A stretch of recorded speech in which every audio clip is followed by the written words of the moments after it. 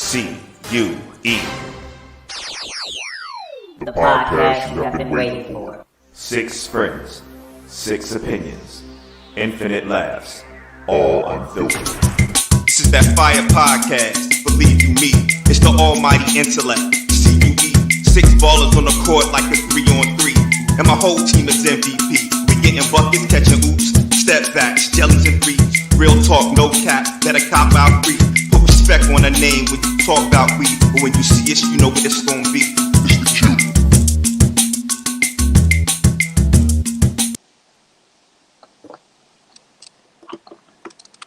Back to what's up? Welcome back to another episode of the GQ podcast. Happy Friday. We're glad you all are here with us again.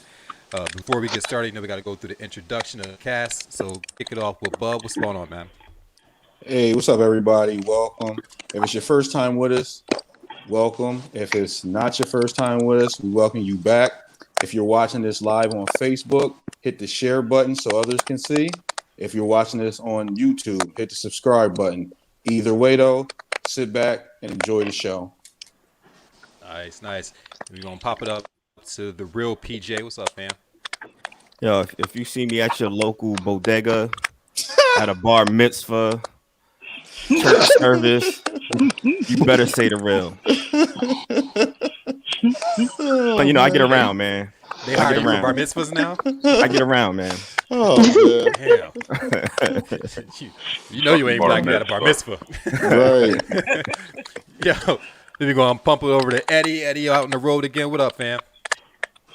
Hey, what's up with y'all, man? What's going on? Oh, okay. Yeah, that was wow. I don't really. Hey, listen, it's been a while. I'm happy to be back. Unfortunately, y'all can't get the visual of my beautiful face, but it's okay. You can just hear this sexy radio voice. Yeah.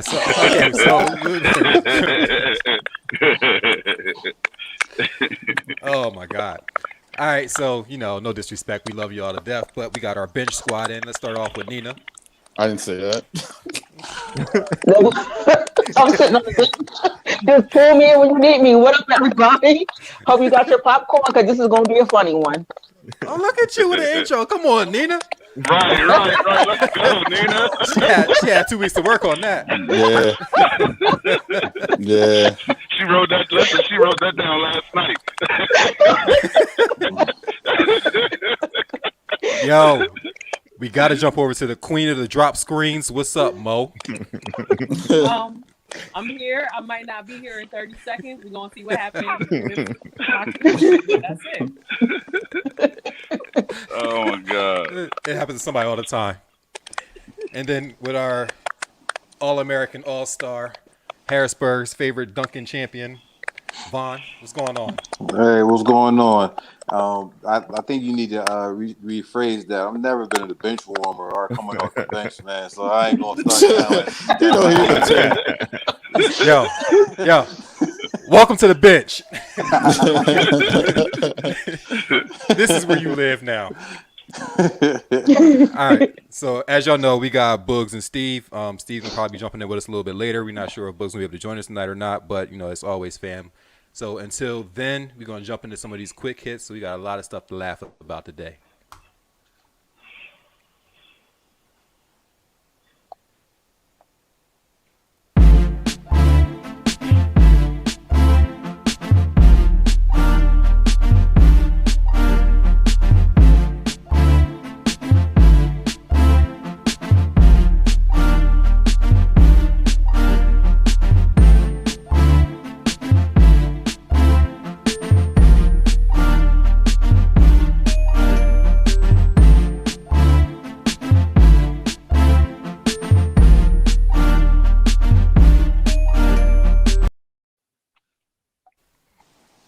All right, so while there's a lot of stuff to talk about, we have a limited amount of time. So to kick it off, we heard some news about Nick Cannon recently in the headlines talking about being a father, the fact that he has 7 kids, 4 babies' moms. People were disrespecting, calling the dude, basically selfish for having kids. But in that interview, there was something else we want to talk about, and it's kind of funny.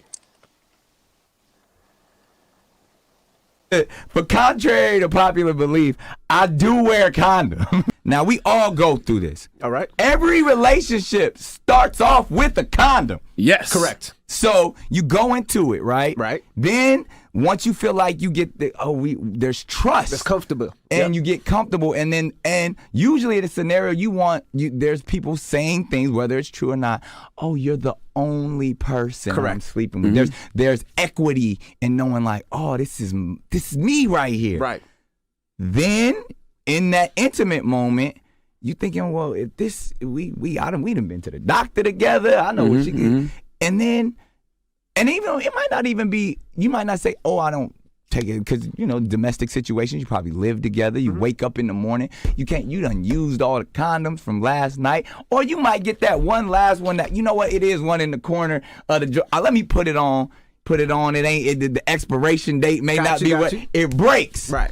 Once, however, that first slippage of either you didn't have it, the condom breaks, something, you was in the shower and it slipped it or whatever, and like, all right, well, we done crossed this threshold now. So fuck it, we don't need them no more. So you know how it feels now. And then and I do say this, that's why I say, no children are ever accidents, because if we make the conscious effort of stepping up and having unprotected sex, you know the consequences. You're preparing to have a child. Correct. So anybody I ever had unprotected sex with, I knew, okay, this is someone I wouldn't mind creating life with.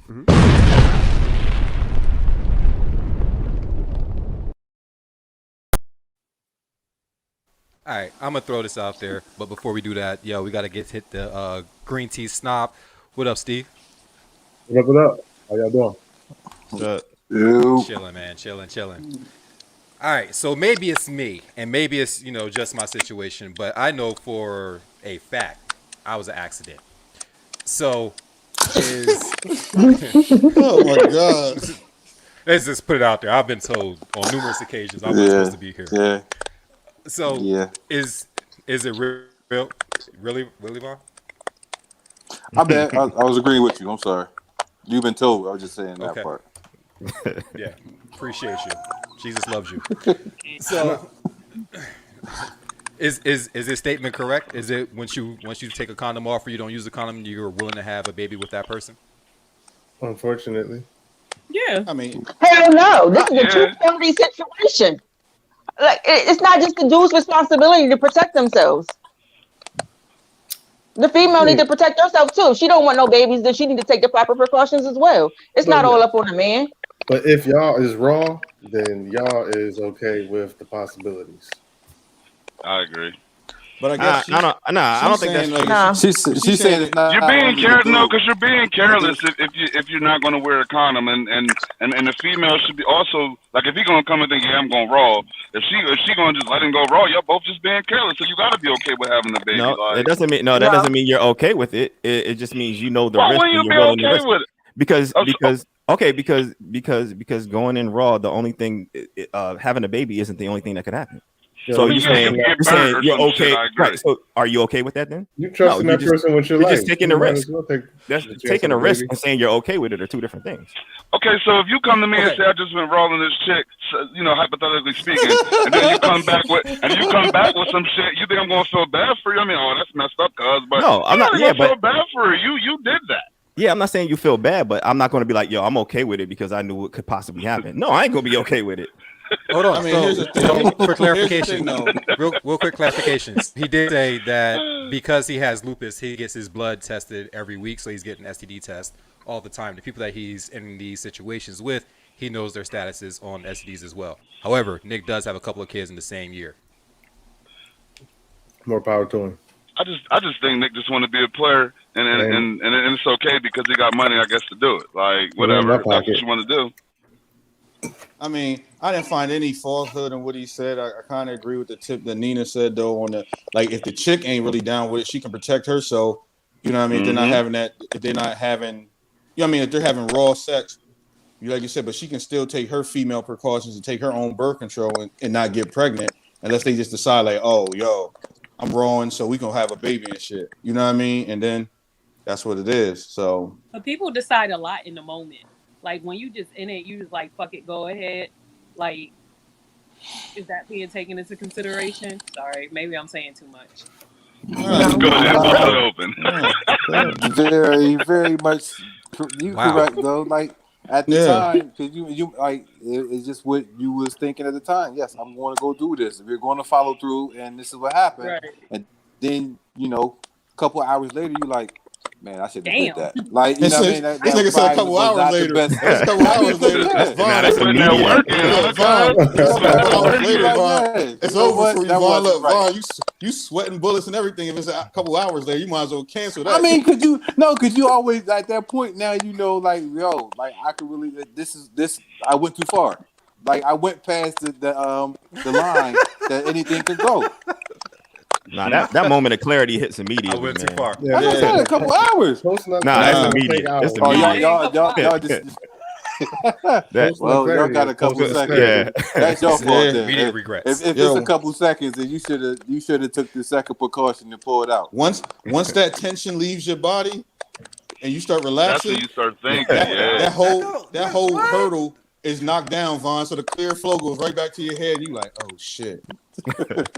But just to be clear on the situation, how old are we? Time out. Just to be clear on the situation, and you think about it. If Nick Cannon was just a regular dude on the street, trust me, he probably would not have 7 kids. Some of them women are like Plan B. Some of them went into the clinic because he ain't got no goddamn money. But since he got so much money, they're like, oh, I'm pregnant too. Oh, we both pregnant at the same time? Come on, let's go have these babies, baby. That's what they thinking, to be truthful. It's broke dudes. They already know. Hey, Nina, it's broke ass niggas that have like 10 kids too. Nah, but I agree with what she's saying though. Like them chicks ain't turning down. Those are accidents. Nick Cannon. Like, you know what I mean? Like broke. I mean, like outside of Mariah Carey, we don't know the status of them other chicks. So Mariah Carey got her own break. Right. But a lot of them other chicks. He was with her first, right? They was married. So she don't even count. It's the other ones. Right. So you said it's the other 5. The other 3? The other 5. You got 7, don't you? How many kids you got? 7 kids, 4 parents. Yeah, I thought it was 5. I thought it was 5 BMs. Nah, it's 2 with Mariah, then the rest of them with everybody else. Yeah, the twins are with Mariah, then everybody else is. But don't he got another set of twins, though? Oh yeah, you do. Yeah. Either way, I mean, if you put it in raw, like I said, and you he's go, okay. Go ahead. He's okay. Listen, he's okay man. with it. Like he's comfortable with what he's doing, and I just think like that. The thing is, like a lot of people got a lot of things to say about somebody else's pockets. If he's comfortable with what he's doing and making all the kids, then what can I say about it? I'm not feeding him. Like I'm not going to care of him. So how can I sit there and have an opinion on what he's doing? Yeah, he must be comfortable with it. He keep doing it. He's cool. He's comfortable with it because he ain't even worried about pulling out. Because you know how I feel. That's mad comfortable. That's the essence of comfortable. That's what he said too. Like, but he's not going to stop just because somebody said something. He's going to keep going. So the kickback that he's getting. The kickback he's getting is they're saying, because of his celebrity lifestyle, he's not able to be involved in all 7 of these kids' lives and things that they're doing. So they're saying it's selfish of him as a person to continue having kids, knowing you don't have the time to devote to the kids. However, nobody's right to say that. I'm saying, regardless if he was a celebrity or not, a human being don't have time to devote to all the women. Come on, seriously? You're talking about the kids, though. Like, I know, they're saying, like the parenting. They're saying the parenting part of it it makes the action selfish. Yeah, even if he was a normal dude with a normal job, he still wouldn't have time.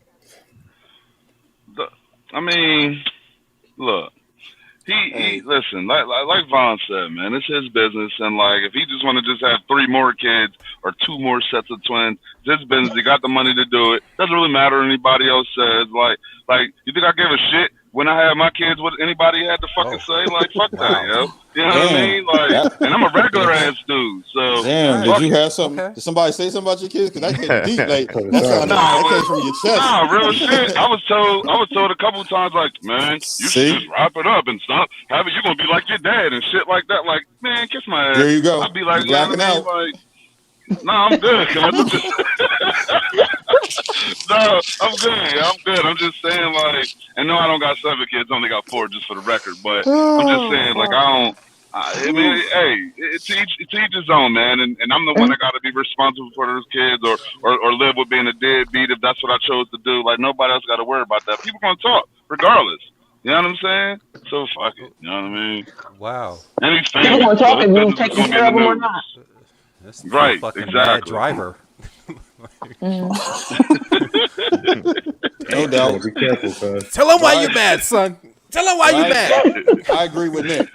You put raw penis and raw box, possibilities kids. And that's actually the best outcome because you can come out with STDs. So you just you have know what I some mean? fun. So you can just have some That's the fun. second So best outcome. it's either way, like, that's one of the best, that's one of the better outcomes as a kid. But there's a lot of worse things that can happen. So I will give the dude credit. He, like you said, he does use protection. Charlamagne has something to say about his condom usage, though. So I keep the gold packs with me, but well, you need to stop wearing them. They're a little baggy. Something slipping out.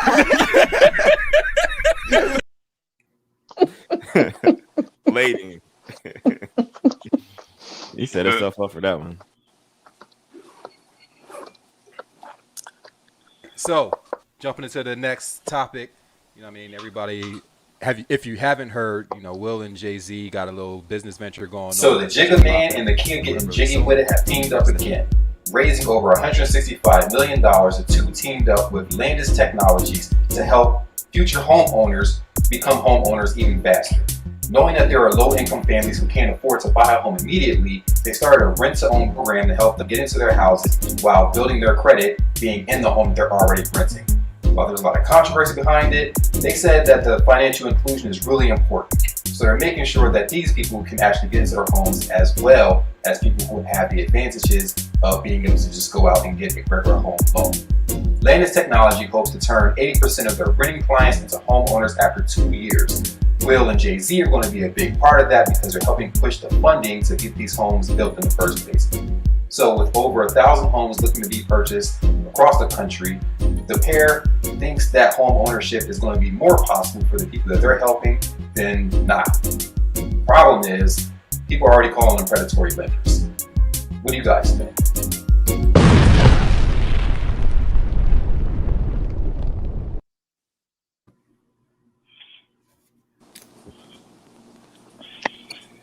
What's your thoughts on that one?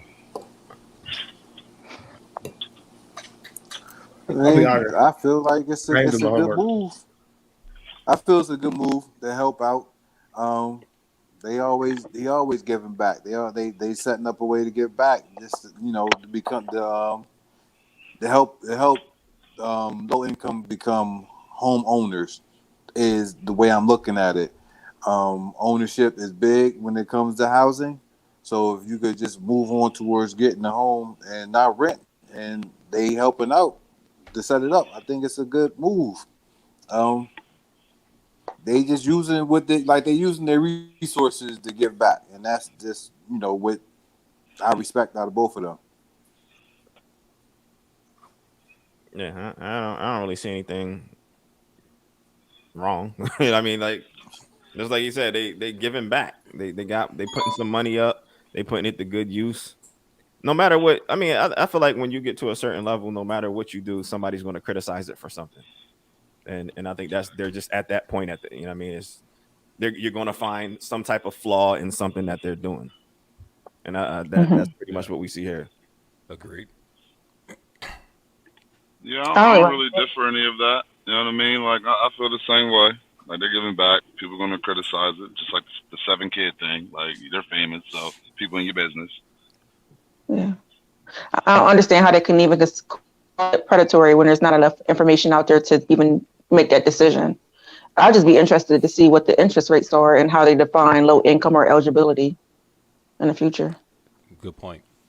I mean, I think the point of it is like rent to own housing is already happening anyway. So it's happening through banks, and banks typically take advantage of their clients. The stipulations are higher. You gotta, again, the qualification aspect of it might be a little bit more challenging. But again, when you get a rent to own lease or mortgage or whatever, sometimes you're paying a much higher interest rate. They're saying that basically the payments that the people are making is going towards their down payment. So you're not having to pay rent and still come up with a down payment. After your 2-year situation, that money is now considered like the down payment on the house that you're already in. So it's, I mean, it sounds like qualification wise and how they have it set up, it sounds dope. I think that giving people the opportunity to actually own a home, because there's a lot of people who feel like they can't, and it's hard to save up a down payment and pay rent at the same time. I think they're doing the right thing. But like you said, somebody's always going to hate when you doing something right when you got that much money. See, that's my thing. I just like that they're putting out stuff that's even like introducing narratives to people with thought processes and things like that. Because I think they have a lot of influence. So just getting people who probably wouldn't even necessarily concern themselves with home ownership or looking into rent to own as being an option that they can look into, you know, and it may just take, oh, Will Smith, I'm a fan, so let me see what he's talking about. And that might be, or Jay-Z, since I like everything Hove does, I'm looking to it this way, you know, and it take them down the road or path of just learning something that they weren't going to ever pay attention to otherwise. And like, as far as the criticism, like you said, everything, like I have a problem sometimes with everything that, it's like Steve said, like you don't get super rich without stepping on some people and, you know, having some, I guess, what was it, the word you used, Steve? Like unethical kind of practices or things like that, whatever, in certain sense. So like, yeah, for the most part, their intentions can always be good. But like you said, to get to where they got to get to, there were some things here or there. But ultimately, if they're trying to give back, they're kind of give back from what they learned to get to where they're at. So we got to start, you know, stop being so quick to try to kill them on stuff. Yeah, completely. I mean, I think they turn their fortunes into helping other people. So, I mean, you have your issues on morality, but I mean, there's a whole lot of immoral shit happening in white collar world. So, I ain't gonna knock two black dudes trying to do their best. Yeah. No doubt. All right, so we got a new segment. You know what I mean? My little specialty thing. As many of you may or may not know, I love a good conspiracy theory. And one of my conspiracy theories made TV this week, and I'm happy about it. So this new segment.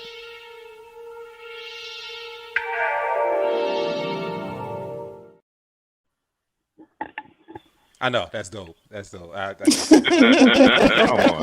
dope. I little Twilight Zone type thing. I like it. But nah, so a couple of weeks, maybe it was 2 weeks ago, I made a reference of how quickly Eazy-E died after he got AIDS. So ironically, yesterday the Eazy-E documentary came on about them searching into how he got AIDS, who's behind it, and whatnot. So check it out. Eazy-E has died after a battle with AIDS. He says he has no idea how he got the fatal disease. I have never believed the official story of my father's death. I have always believed that something else happened, and I'm afraid of what that might be. For many years, my mom and I have been fighting to know exactly what happened. Something just did not seem right. He died unusually fast. He did not lose weight. He was not a drug abuser. Any idea, Doctor, how you might have contracted this not knowing that he had it? No, I have no idea. It's like one day he's fine, the next day he's dying. There's so many conspiracy theories out there. Shib was a serious dude back then. White supremacists had a hit on him. Eazy was very influential to the FBI. That made him a threat. Are you the feds? You watching us, huh?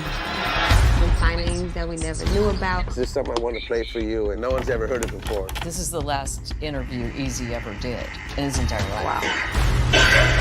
I heard so many things throughout the years. How did you die so fast if they didn't put it straight into his bloodstream? I think it's a conspiracy involved. What is or isn't the truth? What I know, I've sat on it for 25 years. And being his daughter, why do I not have the answers to anything about my own father's death? It's a mystery, you know. The Mysterious Death of Eazy-E premieres Thursday, August 12th on WeTV.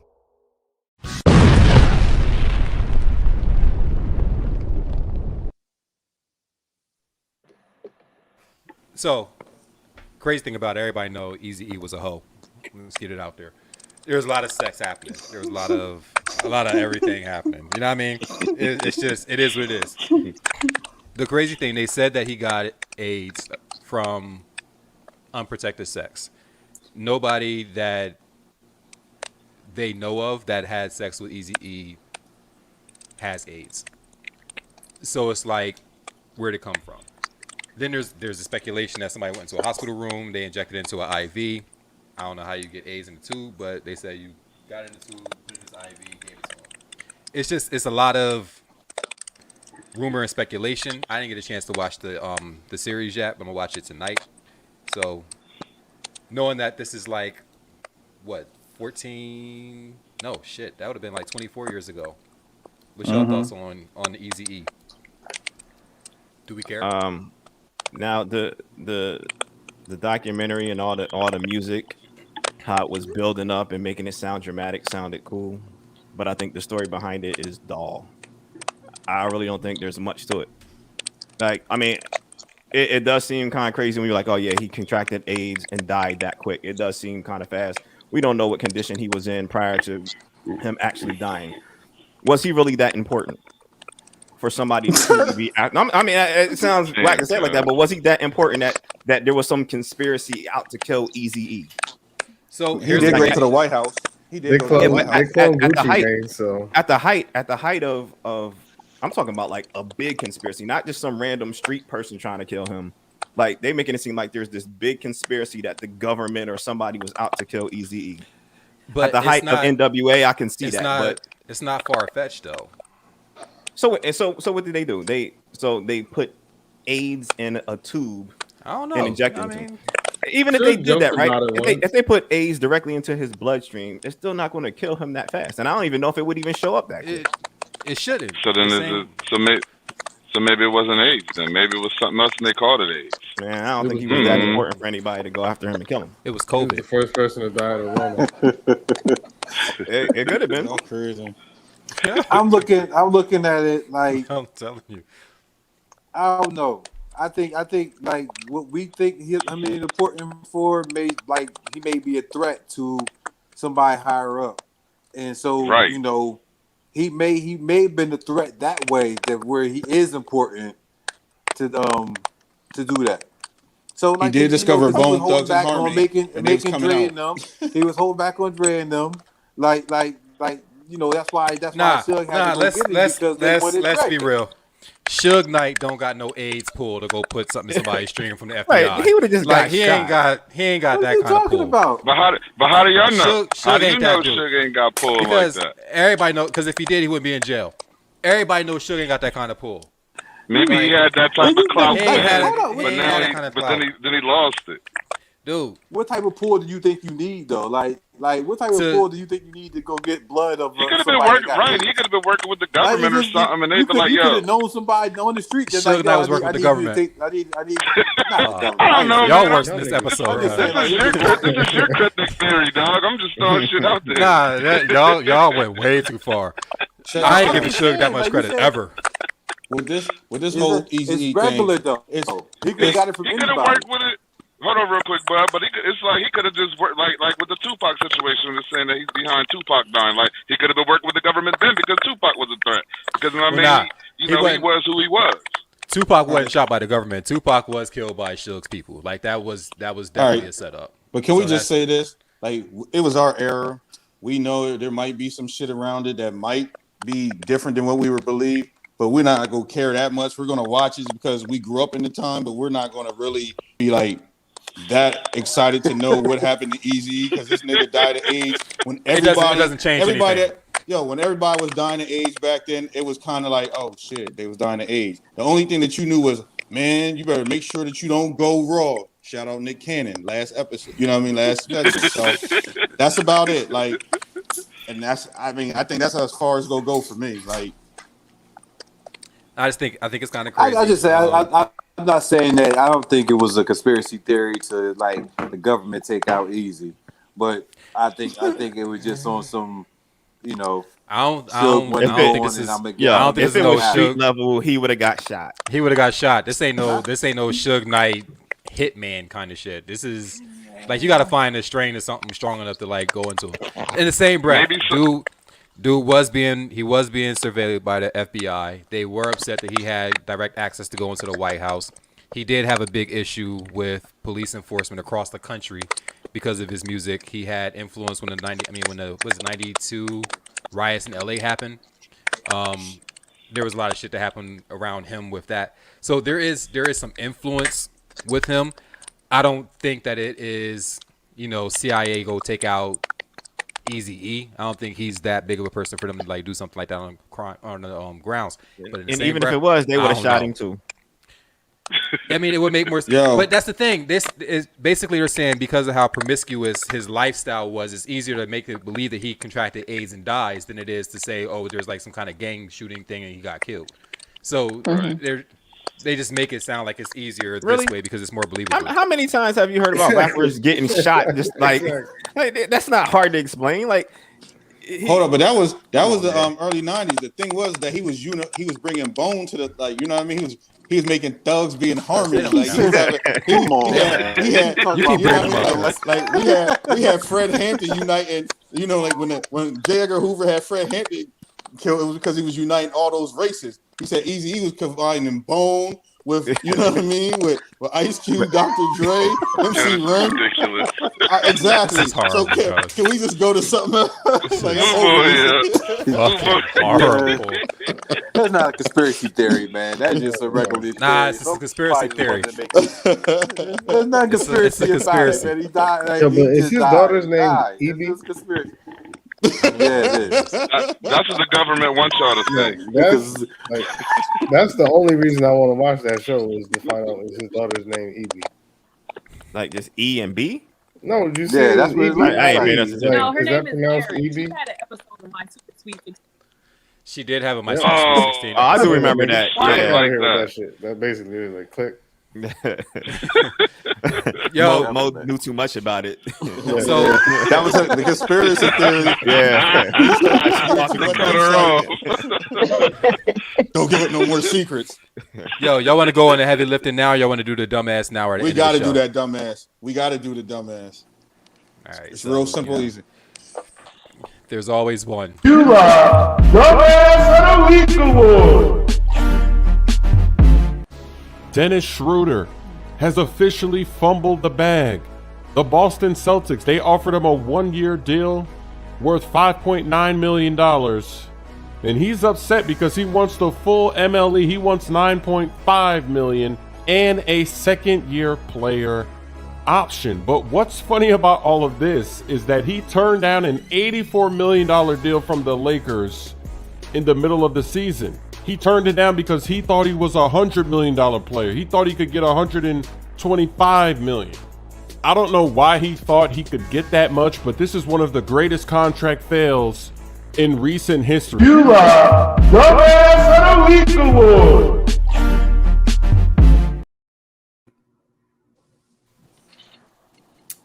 I mean, that's self-explanatory. I'll never call somebody a dumbass for betting on themselves. He just was wrong. Yo, Steve, come on, stop. You better than that, call him a dumbass for that, yo. Like he bet on himself and he's 78 million, Steve. So I think he still is betting on himself, though. He might actually get a bag next year. He wanted. He might not. He might play crazy. He might not. He's Earn that begging money. for a second I year. don't He's expect begging for him a to do second it. year right now. He's not going to see that again. But he hasn't played yet. You know what I'm saying? Like, go through the season. Maybe he No, just ball out of he did control. play. I'm not saying. No, I'm talking about this year when he plays with Boston and he might ball out of control. And they're like, you know what? Eddie. We're going to give you this break. Eddie, I'm trying to stop be that optimistic positive. here, man. No, Stop being optimistic for other people. No, not for other people. We're going to be real truthful and real to the point. He's on a team with Jason Tatum, who just won a gold, and Jaylen Brown. He's going to be the third option. Unless he turns to Michael Jordan, averaging 35, and takes them to the chip, he done lost $78 million. It's over. You're Dennis Schroeder. And that's guaranteed money. That's what makes it even worse. What if he averages the triple-double and not get an MVP, but it's in the... It doesn't matter. He's not getting it. Who's Acting going to give him that money? Sean's cryptic theories right now. Nah, Like, that wouldn't even make it. Who's going to give him that much money? Boston ain't got it. Somebody might give it to him. Maybe he can go back to Detroit and they'll give it to him. They're not. Nah. They just drafted number one overall pick.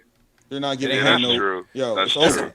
My thing is, I don't know if I get should it, blame it on him or on his agent. Betting on yourself only works when you have knowledge, when you have true knowledge of self and awareness. Like that's when it benefits you. Like when you gamble and you don't even have a clue what's going on, like you got to fire that. I mean, I disagree because, like, so with the Lakers, he could have been, if he played, I feel like if he played a little bit better, they probably would have offered him a little bit more. Like he was the player that they needed. He was the type of player, rather, that they needed there at the Lakers. And it just so happens that. So he thought. What'd you say? I said, so he thought. They offered him that before the trade deadline. So they gave him that before he even got fully into the season. They gave you 4 years, $84 million. He said, nah, I'm gonna wait till the end of the end of the season. And what happened? Everybody started trading, they drafted people, and now he's like, oh, I'm gonna take this level 7. We can revisit this in 2 years and see where he's at when he's hooping up at Rutherford, and we like, oh man, Dennis Schroeder, because y'all can lie to yourself all you want. Like he's not coming back from this. And he was at home doing. Go ahead. I just hope he got somebody supportive at home because I know his ass is at home crying. Shit, I'll be at home crying. His girlfriend definitely supporting him. He doing the same job for $5 million. What? I be ready to quit. I be on my knees crying, begging, hoping that I can get that man. Nina, but whoever the chick at the house, you probably on like 24-hour watch because I'm like, you just gave up all that money for some dumb shit, thinking you're gonna get more. Just being, but y'all saw the comment from his girlfriend though, right? What? Yeah, but what was she supposed to say though? Like she ain't gonna come out and be like, yo, my dude's dumb as fuck. She gotta support her dude, right? In the public anyway. No. She could cuss him out in private. What she do is go. She go, this nigga. But in the same breath, it's a white girl, so she can't really don't cross that line. So she said, I'm so proud of my husband that he made his decision to stay true to himself and fight for his goals. I know not everyone understands this. They would choose the money before anything else, but let me tell you, show some love, be patient, that's how you know she lying. And watch what happens next. Yo, my girl better say that shit in public. Like, she better say that shit in public. You better not call me a dickhead in public. And nigga home like, but let me ask you this. He like, you really think that when she said he wouldn't choose the money, but she didn't give a better excuse as to why he didn't choose the money? You know. It's called greed. He probably was like in his ear, like, no, babe, you're just as good as everybody else on the team. Tell him you want more. Get that money, babe. When he seen that, when get that money, babe. And she seen that, they was at home both swinging like Trey after that black ass put the gun to his face. He walked in the house. Bathroom. And she was like, phone her mom she was said, like, $5 million? You told me we were gonna be forever. You know what I mean? You totally. You know. Can you just imagine? Can you imagine them in 2 different rooms swinging like Trey? like, no. Like with Martin and Gina when they lost their money on the lottery. Oh my God! Yeah. Nah, he did that Trey because it started out slow with tears, and then he started looking and trying to huff at her and look tough, and he knew that she really didn't know. Really knew that he wasn't tough because he just blew $78 million. Oh my God! That's horrible. Yeah, he's I dumb. don't know. Maybe he'll get 50. Maybe he'll earn 50 or something. From where? I don't know, man. He might get a chunk of it back. He's still young enough to be in the league for a few more years. You know what I'm saying? It's a reason why the Lakers initially offered him 84 in the first place. You know what I'm saying? So I don't know. When you make when you and your agent make a decision that's that dumb, every team you go to after that is going to undercut you. And we're like, nah, we're not taking that. Like, unless they need. Okay, go ahead. Okay, go ahead. You don't need it. It's cool. We good. Yeah, from now on, you can't turn nothing down no more. Cake and I'm offering a slice of cake and like $6 million. Yo, you did $5 last year. You want this $6? We'll get your kids hot dogs at every game. Like that's the best I can do. Adding on this. Yeah. Nothing else. Whenever somebody's going to offer you a contract to do a job, regardless if you can perform it or not in the future, why would you not take that? You don't know what's going to happen to you tomorrow. What if you fucking break your fucking ankle and you can't play no more? You still getting your job? I'm not saying take everything. I understand the concept of betting on yourself. Like, I get it. Like, You can't be mad at somebody for saying, "Nah, man, I'm gonna try to get more," because like people do it. People bet on themselves, and other people just take the money. Like that's just what it. Million? Are you serious? That's me. You're not LeBron. You cannot get more than this. Like, stop it. There's levels of betting. There's levels. So I can say I can swim. I can get. Say that again, Nita. So I can say I can get in the Susquehanna River and swim from the shore to City Island. I can make it. Cool. That's betting on myself. I can do that. If I say I can swim from California to Hawaii, you're a dumbass and you're going to drown. Like it's you overbet. My period. We can do it like this though, real quick, Vaughn, before you go. He had 6 books and try to go Boston. So Kawhi Leonard bet on himself. Nigga, like he tore his ACL in the playoffs, didn't accept the 40 mil. He's Kawhi Leonard. He has 2 chips. He's on a higher tier. He just re-upped 4 years, 175 million. That's because he's that type of status. Dennis Schroeder and his agent's whole job is to let him know, like, yo, you're still slotted this position. So when you get offered 4 year at 84, this is great for you. At the Lakers. Lakers. You know what I mean? So that's the thing. When you bet on yourself, you still got to understand your value of what you really are. At the Lakers. That's all I was from about the to Hawks say, to the bro. Lakers. 80 that's million all plus. I was about to say. I still think he was having a good season. I think, but I don't think like your season ain't that good. It was only like what he was looking for. I don't think he had more to give to get that. So you think you counting on that? 10 other teams about to go after me, and I'm gonna have this bidding war to where they going like I could get the maximum out of this. But the Lakers already offered you what you was going to get from any other team. So like my thing is, you're at the Lakers, you got a good team around you. You need to take that deal and let that sit. There's no need to sit there and not take it. Now he's sitting there begging for a second year crying on the contract. Not crying. You got He one crying. year, but you begging for a second year now. Yo, you gotta let He'll that be crying every day for the next month or two. Trust. Again, with that agent, the agent should have been upfront with him. But you gotta have you always gotta have somebody in your corner that's going to give you the truth, and that's what that comes down to. Nobody in your corner told you that, my man, this is the best deal you're gonna get. You might as well go ahead and sign that deal. All right, that's all great and good.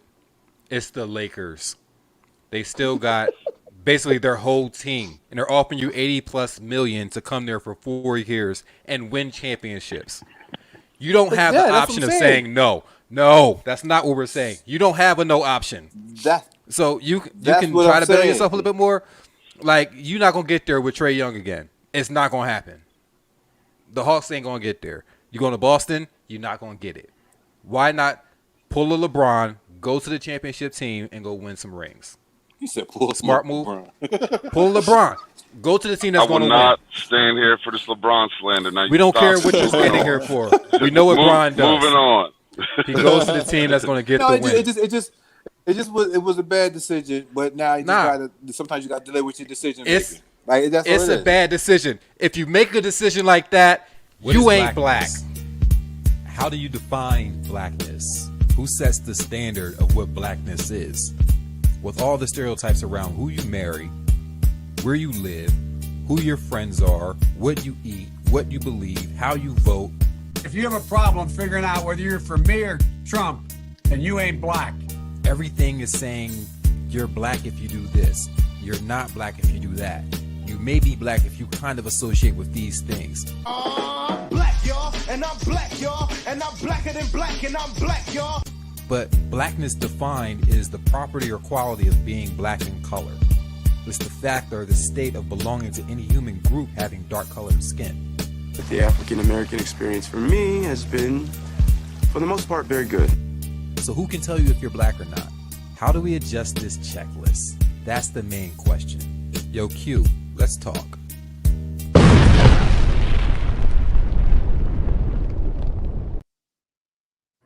Excellent segue, my guy. I mean, I definitely was. I'm growing on this thing. That was hot. I'm growing on this thing. That was tight. I like to thank the Academy for my award. And it just because of getting sick. Oh my god. Nah, but you know, what I mean, it's kind of more of a serious topic, but we're gonna have some fun with it first. Everybody defines, what you can and can't do if you're black, or what is or is not considered black. I'm gonna jump on that Joe Biden thing. Like it just him, like not from him. So it's like I get what he's saying. I can understand black Republicans. I can't understand black people who support Trump. Like the two of those don't really agree in my world, but there's people who have a better understanding than that. On a lighter note, you got things like what you eat. So again, we know Bub don't like soul food. Cool. There's black people that don't like soul food. There's black people that like chitlins, don't like chitlins, like barbecue, don't like barbecue, like greens, don't like greens, grits and butter and salt and pepper, or grits and sugar is always an argument. Like, what do y'all think about defining blackness by things that you participate in or things that you eat? See, my thing, real quick, I just think the original meaning of blackness was just a sense of pride. Like, I thought it really started out with a sense of pride. It was to reverse the narrative because of where we sat at, where they would always make it seem like the Negro or the other N word they would use was a negative, vice for us. So then we changed it, start calling ourselves black, and we just start having pride for ourselves, and we say this is how we're going to carry ourselves. And I think part of it never evolved in its thinking. Like, like we always be like, black people don't do this, black people don't do that. But it was always based on the pride and it being different from what white people wouldn't allow us to be perceived as. If that makes sense.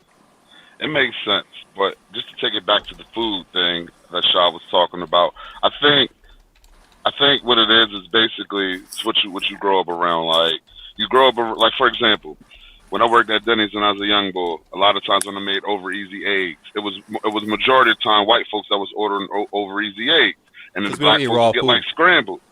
Huh? We don't eat raw food. You're not black if you eat raw food. Wait, hold I like on, poached because eggs. I'm a different from that. I like them running yolk. But I don't like. That's what I'm saying. That's my son likes over easy eggs. So like, I don't understand why he does, because I think that's just disgusting. But what I'm saying is, I like a good medium steak. You know what I'm saying? But it's not something that I grew up on. I found that I liked it later. Earlier in life, everything was well done. Now, I mean, I never even tried a medium steak. Never even tried a dippy egg or no shit like that, because that's just what it was. Until I got older and started trying shit, then I realized for sure that I didn't like some of the shit that I was eating. You know what I mean? That's because black people in general want their food dead, all the way. Mm-hmm. But a medium steak is hitting, though. I'll give you that. It definitely is. Yeah, for sure. I would have to disagree with that one. Don't put no blood shit on my plate. It's not blood though. Like it's not. I promise it's not bleeding. Pink or raw. It's like a line of pink. Yeah, it's like a line of pink. Yeah, right. It's delectable. It's so juicy, man. You gotta try it. Taste. You can literally taste the iron in it. No thanks. Catfish are delicious.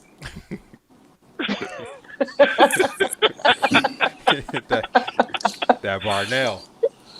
But if we take it back, well, like I was saying, saying, I'm saying, like go ahead. Not a on the food. my bad. On the food, like I don't, perception is that I'm supposed to eat, watermelon. I can't stand watermelon. I can't stand. We're not doing this again. Chicken. We're not doing this again. Okay. I can't No. Everybody likes chicken, yeah. What? We're not being disrespectful to watermelon. No, I can't. I'm not fast food. What's not fast food? That's what I do. No. All right. I Okay. don't do fast food chicken, so I'm not going to Popeyes. I'm not going to Kentucky Fried Chicken. I don't think they season chicken good enough. Popeyes I don't is think it's cooked good enough. Nigga. That's you. That's Vaughn. I don't do that. So if I came over with a bucket of chicken, no. Hold on, Eddie. Hold on, Eddie. That might be the blackest shit I've ever heard. Hold on, Vaughn. Where's the first place you stop at when you come to Atlanta? What?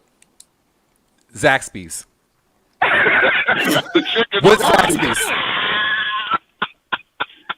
That's fast food chicken. I get chicken fingers, and I get chicken fingers. I get chicken fingers. It's still fried. I get chicken fingers. It's still fried. It's not somebody frying chicken. It's not fried chicken. They are frying the chicken. It's not chicken baked. fingers. It's fried chicken fingers. Listen to me. No, I get you. It ain't no. It don't have no bone in it. There you go. It's boneless, not, man. He's like, he's playing conspiracy theory again. That's all he's doing. Let me add something else. I've lived with you for years. Oh my God. Listen, how many times have I went to Popeyes and Kentucky Fried Chicken to get some food? A lot. Exactly. How many chickens you eat? They A lot. went to So maybe you just don't like it anymore. But don't act like you ain't never ate no fast food chicken because you lying. No. But this is the thing I will say, You like, ask as your a mama. black person, like when it comes to like fried chicken and soul food places, a lot of times I just go because I don't feel like making it myself. And I feel like that's why a lot of black people go to places like that. We just don't feel like doing the shit ourselves. But black people are the only people that eat that shit, though. You know, everybody eats that shit. You know what I'm saying? This is like true. everyone loves fried chicken. I know a lot of white folks that eat greens and shit like that. They like that food. Like Southern white people, which makes sense. Well, yeah, I mean that's true too. But you don't think it made its way Love north that south? chicken You from don't think? Popeyes. I went to shit Naples for lunch today. They wouldn't fill that shit up with all that fried chicken if white people ain't eat it. Exactly. This is true. Goodbye fried rice, hello fried chicken. But here's my thing with it though. That shit was next to ham balls. So Yo, that's the most Pennsylvania Dutch shit I've ever heard in my life. So my thing is, so is our eating habits just not black, like, or is it just a people thing, like, you know what I mean? So is this where we're going with this? Like, we're expanding the idea of blackness, how it's evolved, and we still try to claim it as our own, as something that was different, or with this? Because everything that we named here, like you said, I don't eat soul food. Like Steve said, they eat beside ham bones and, you know what I mean, and fried chicken. So we know that people do that. So is It's in the idea of evolving. blackness. It's evolving, and some of it too is like, for instance, we have like Bubba, you and I, like our family's from the South, but we also grew up in Central Pennsylvania. So then you also take on what you Harrisburg. eat regionally, right? Yeah, Harrisburg. right. Like we eat pork and sauerkraut beside our greens and black. I don't like that. I don't. You know I don't. We know you don't, Bubba. You don't eat anything but carbs. But everybody else. But I said, so some of what some of but some of, I'm sorry, no offense, Bubba. You carbs. She's saying nothing but carbs. Yeah, it's my sister. It's very real tonight because y'all lying on here. But that's the thing. So I said some of what you eat is not just what your family's been eating. Because like when my Aunt Barb would make pot pie, she didn't make the traditional with the 2 crust pot pie. She made the Pennsylvania Dutch pot pie. She made the best pot pie in the fucking world. Ever in the goddamn world. Yo. So some food has been passed down from like through the generations. Like for example, something like chitlins, right? A lot of people don't eat chitlins. I actually eat chitlins. I like them. No, see, but it's the scraps. It's from like slavery days when they was eating bullshit like that, and black people just kept eating that shit. Like, I'm not gonna sit there and say that there's no white folks that don't like it, because again, I may know one that I've seen eat chitlins in my life. Yo, they sell it at the I'm market. pretty sure it's more. They sell it at the market. Look, when it comes to food, No. You don't eat everybody's chitlins. If they sell it in when it public, comes to what I'm talking No. about. But I'm talking about like, you know what I mean? Like, people eat that stuff, but like, are we just defining blackness off of our eating, or what else is defined under blackness, though? Well, it's more like, we like need to move first, a lot of stuff stop at certain generations, and that's what I think that we can't keep saying, like, you ain't black if you don't do this, because a lot of stuff stop at certain generations when you start expanding like throughout life. Exposure. The biggest trouble I got in one time was when I decided that I was not going to eat pig feet. Ooh, I don't eat that. And, you know, no, I wasn't doing that either. That would happen. That was the biggest trouble I got in. It was pickled too. You know, no, it's just something. I looked at it and I saw it. I said, I'm not touching this. You know, and that's where cow tongue and stuff like that. My grandma used to make all this stuff, but cow tongue made you sit down to eat that. You eat cow tongue, girl? Hey, fucking People eat cow tongue. Yo, now it's a delicacy. What? I've seen it on Chopped and shit. I don't give a damn what you saw it on. That shit is nasty. Cow tongue. But my thing is like. Remember, so, we you went know, to that eating it out, restaurant in New York. I tried it. Remember that Jamaican restaurant? You A cow tongue? Footsteps. Yeah, I tried it because Footprints. I A cow was tongue. enlightened. Yeah. Listen. This is what happened. I was enlightened. So You was I tend to turn my nose up. Yeah, I tend to turn my nose up to food that doesn't look properly cooked or has a funny or weird smell. If it doesn't smell good, it's not getting close to the lips. You know what I'm saying? So things that Tongue just to the don't lips. smell good, just not coming up this way. So I'm standing in line about to get the food. It was like a Jamaican buffet restaurant. And I saw something that it smelled good, but it didn't look good. I was like, what is that? So I asked the guy who was standing behind the counter, I said, what is that? And he said, cow tongue. And I was like, He said, why do you do that? He was, he had his Jamaican accent. He said, why do you do that? I said, because. I said, I'm not eating that. He said, listen, sweetheart. He said, you are from African descent. And this is culturally part of our food. I'm from Harrisburg. He said, no black person should turn up their nose. He said, no black person should turn up their nose to things that come from their culture. He said, just try it and see if you like it. And I'm like, oh, shit. I don't want to try no damn tongue. So I took a bite of it. Not personally, not something that I want to eat on a regular basis. To me, I didn't really particularly care for the texture of it, but the flavor of it was decent. But that's usually what it is, the texture of shit, right? Let's clarify this. You weren't enlightened. You were coerced. You didn't Yeah. just go into this on your own. That was definitely cool. Come on, Kyle. Eat This this Jamaican cow tongue. dude, he got you. He's like, girl, eat that tongue, girl. You are black. We don't burn down no tongue. He could have never had gotten me to try chitlins because I just can't stand the smell of it. But the food, it actually smelled good. The seasoning when it actually tastes good. So then I took a bite of it. So you can eat the tongue, but you can't eat the intestine. I can't. It starts at one end, goes out the other. Rudy to the tootie. No. But what's going in is a lot different than what's coming out. Plus, you kiss somebody and the tongue goes, but you don't kiss no cow. Again, yeah. You ain't kissing ass.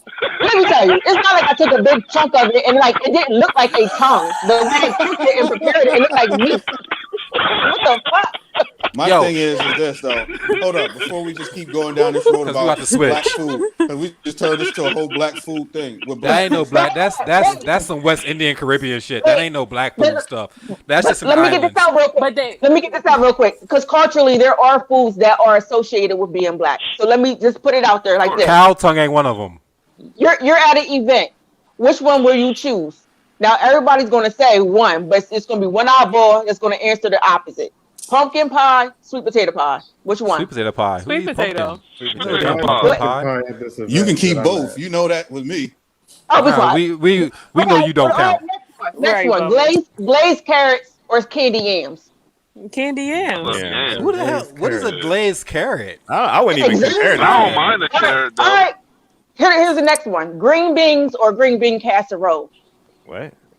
Yo, green bean casserole is good, but I'm eating green beans. Green beans shouldn't be in a casserole. I don't trash for both of them.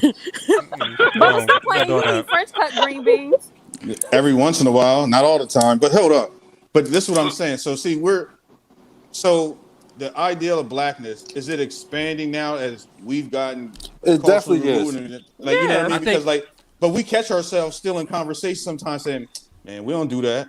You know what I mean? And like you said, like the idea. Do we hinder our kids and our family members, or even ourselves, by saying man, I don't do that? Is there nobody's is there a hang kids up with being black? Nobody's kids eat cow tongue. I mean, but here's listen, you don't. What you're basing it off of is you like what black people, what you usually don't see black people do, or what you usually see them do or don't do. But now it's like people's minds.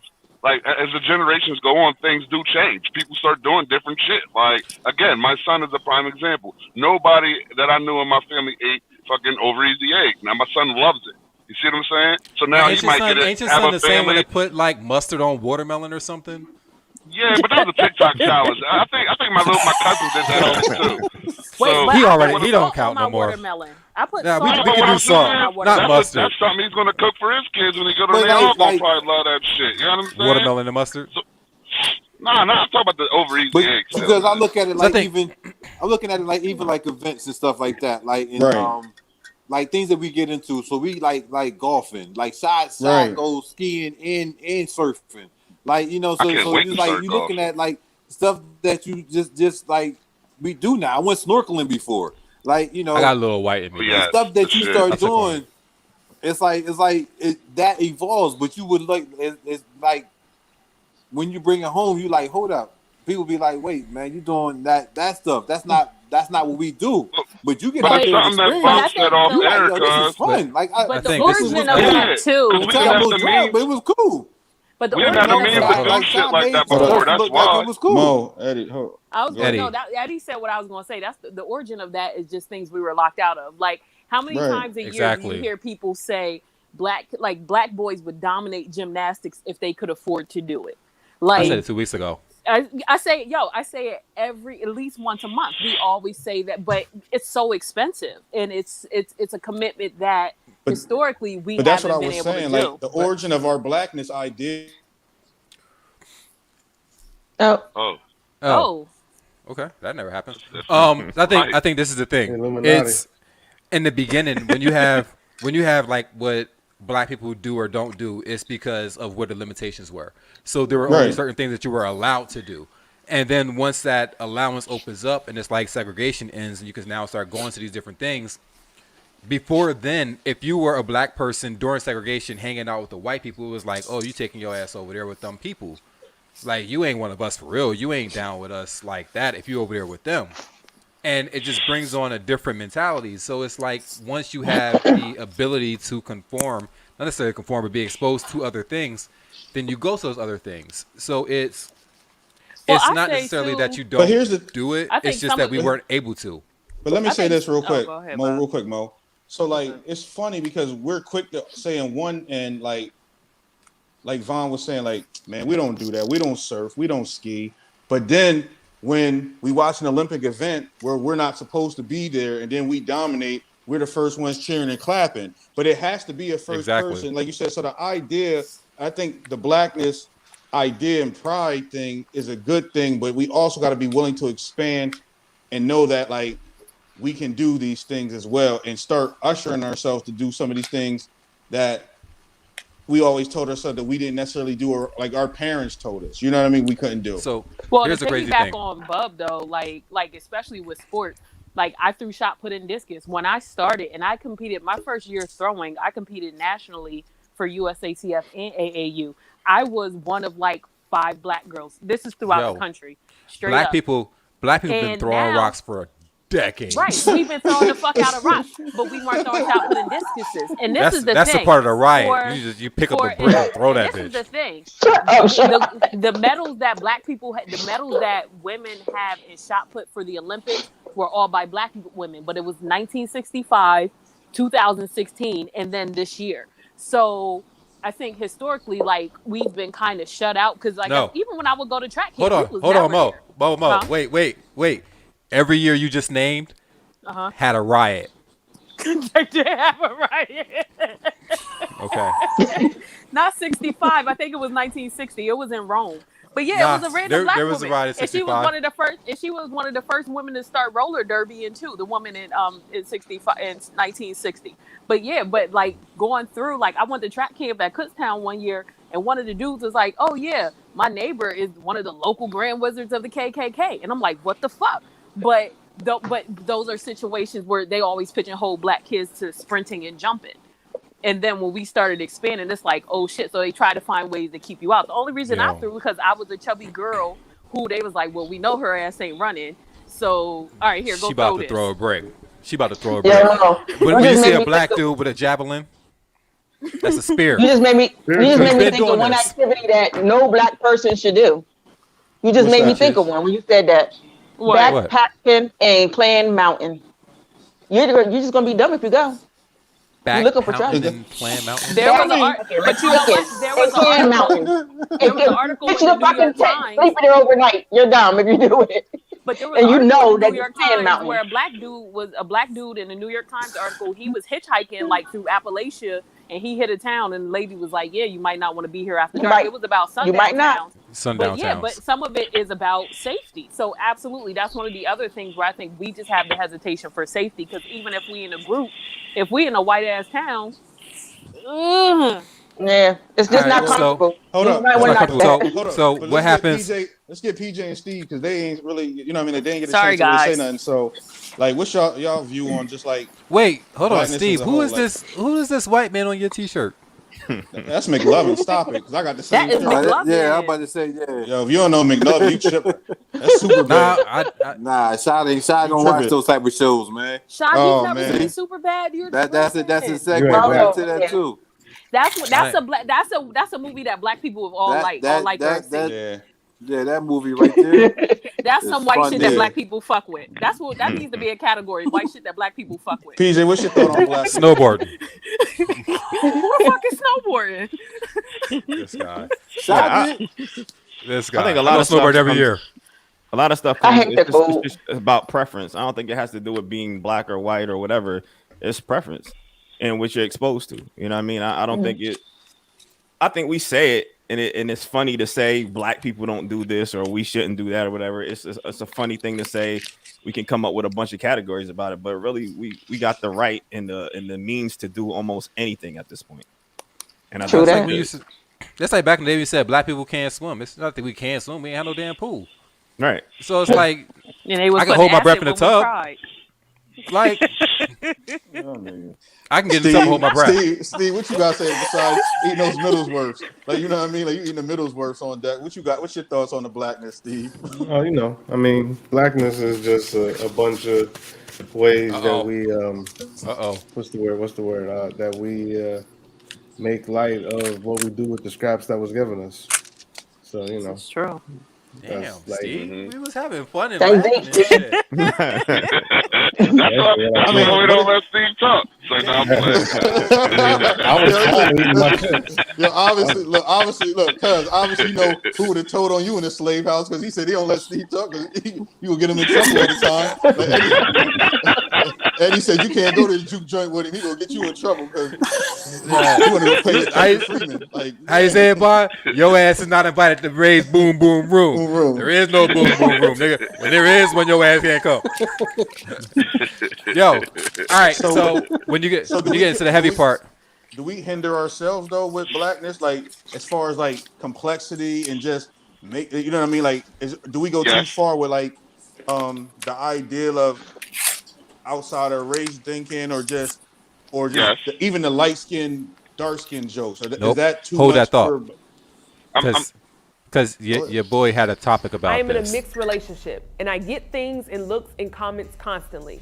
And I find it very interesting because you see a lot of things on social media where people say things and people have positions and perspectives. And it's not easy to make that choice because you're not at home in any home. I'm never going to be white, and I'm never going to be fully supported in black housing. I'm in my own little world with support from almost no one. To be in love with someone I've fallen in love with, how does that make sense? It doesn't. We all want to live in a world where everyone is accepted for being and loving and living the way that they choose to live. I will support any person that wants to live in a world that they want to live in. I laugh at the fact that I am a mainstream television host, been in the game forever, and I could purchase tickets to go to the BET Awards. So it is what it is. I'm not going to purchase the tickets. But at the end of the day, if that's the view they take, then that's the view they take. I can't change their mind. All I can do is live my life and to be the best version of me, and to continue to love everybody equally and let it fall where it all falls.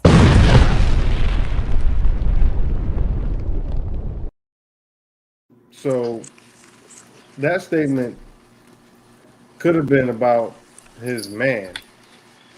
Like, there's nothing in what he said that has any, like, nothing in what he said. If I didn't know the other thing, if I didn't see the other thing he was talking about the other day, where where he was talking about how he's not supported because he's married to a white woman, that whole thing could have just been him like, yo, me and my white boyfriend, now I'm not shunned. Like, nobody knew or gave a fuck that he had a white wife.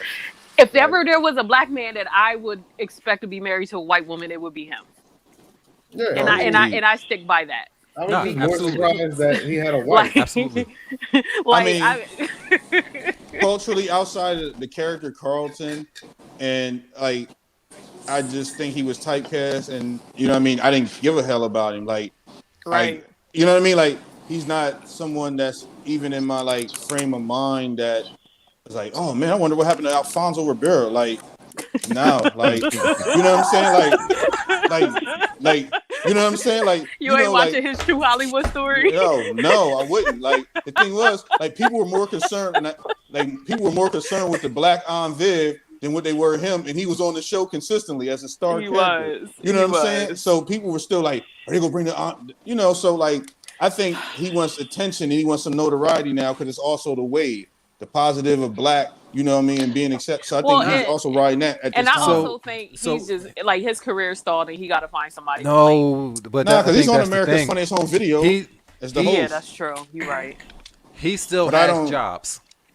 He's still a working actor. He still makes his money. He still has endorsements. Like the man, he's still working. It's just, I think for him, the fact that this is a conversation that happens behind the scenes when it comes to executives and the comments that are made back there, he feels that he's not accepted back there. Now, Pierre, who's also a comedian, made a comment and said that it's easy to say that when you don't include yourself within the community of black people.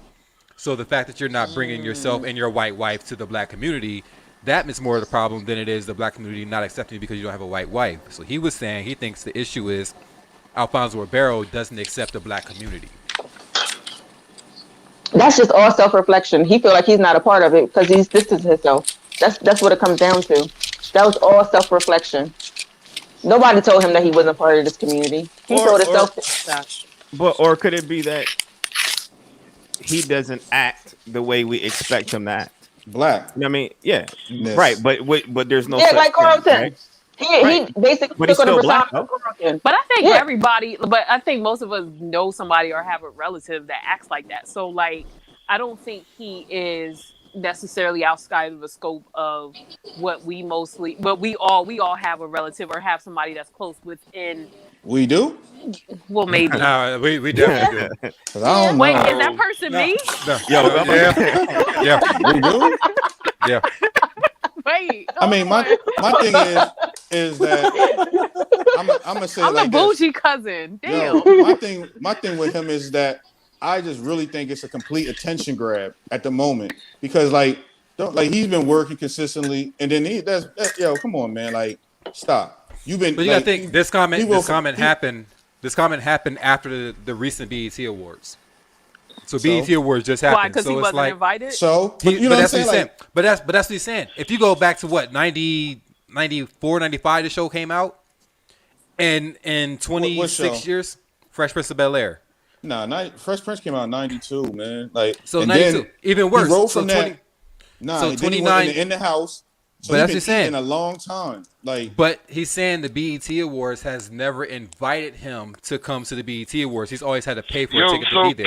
Can I ask you a That's question? 30 years. Let me ask you a question, yo.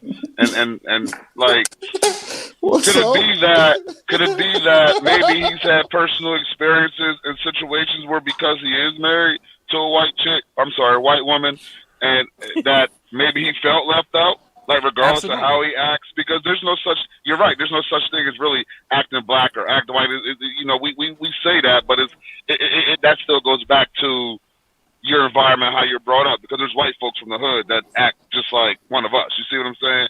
So, like from my personal experiences, I've been the guy. We had this discussion in the past. I've been the guy because I'm married to the fucking white female that was like, oh yeah, he sold out, or look at him with his white girl shit. Like I've been that guy. I've been judged. I think what it is, maybe it is an attention grab for him. You know what I'm saying? But also, people do have their own narrative because you are judged. And I know this for a fact. You are judged based on who you marry. So it's like, oh, what's wrong? You couldn't handle dealing with a black girl or I'm sorry, black female rather. Not girl. I apologize for saying that. But you're not strong enough to. What did I say? What I said? You said female. Woman. Should I not say female? I don't know. I would have messed that one up too. That's another show topic. But here's the thing, black woman. I'm sorry, you're not strong enough to deal with a black woman, so you had to settle for a white woman. So it's like, which is false. It's like that's not what that means all the time. Like, I mean, I think it also depends on your history. Like, so this is the thing. Like, as a black woman, I tend not to trip over who you date. Like, Eddie, you dated black women.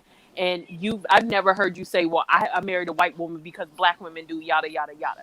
That's where I tend to take issue when, oh, I'm going to white women because black women do this. Because it could also be just like they say to women, well, you got to be careful with who you're choosing. It could be the black women that you're choosing or who you're after. So Eddie, like, to me, you marrying a white woman, I was like, okay, whatever. He married a white woman. Like, that's just to me, for you, that's just so happens who you happen to marry. Or how many black men that we know that grew up in predominantly white environments. So I think socially, that's what they get, and that's what they understand. Right. So to me, like, as long as your reason for dating a white woman, or I've been out and seen black men with white women, and like they almost take this defensive stance, like they're ready for me to say something. I'm like, I don't care. Like, that's. But I understand why they do. I understand why they do that. Oh yeah, I'm not saying people haven't said anything.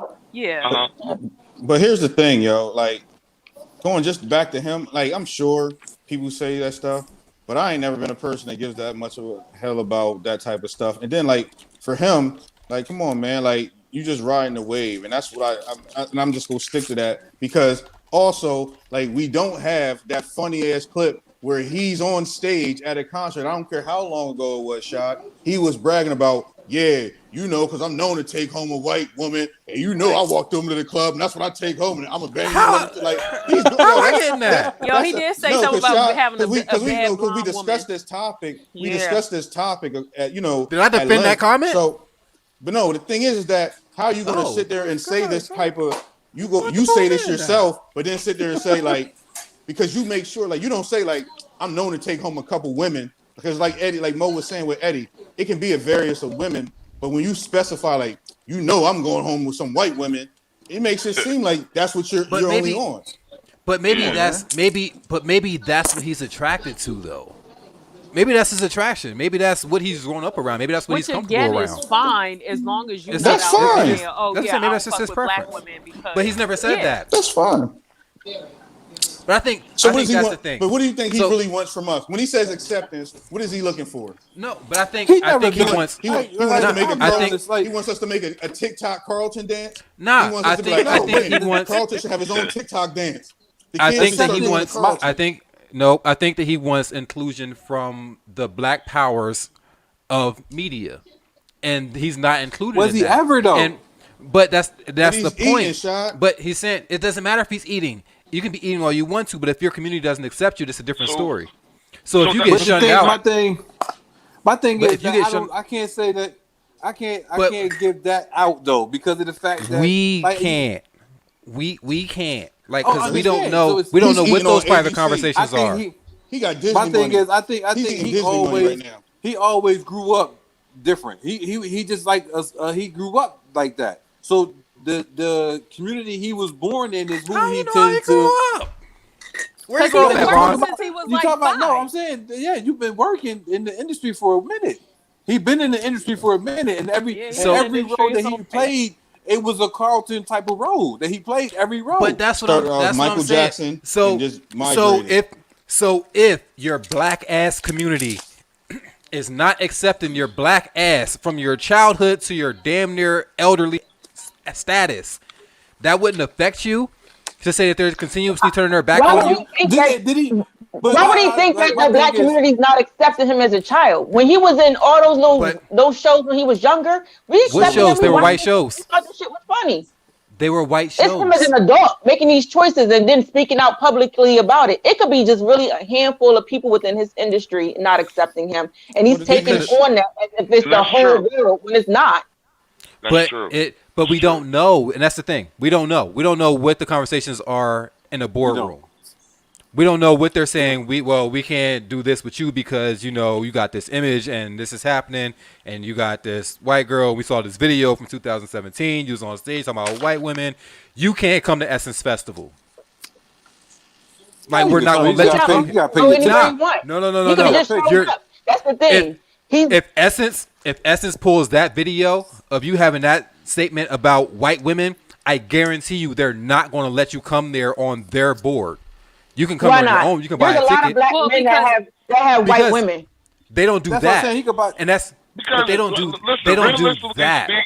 But also, realistically speaking, it shouldn't matter like who you're with. Like, for example, just using me as an example. Like, I don't ever feel like anybody makes me feel like I'm not accepted. Only because like I'm still in tune to like where I'm from, where I grew up at, and all that other shit. Like having a problem with bringing my lady around and All things right, of that nature. So it's I don't different really. though. So let me touch on the celebrity though. Like, all right, big thing. Like, we will go into this and then we got, push some more. But like when Amari Hardwick, when we watched Power and the women fell in love with Amari Hardwick, and then they found out he had a white wife.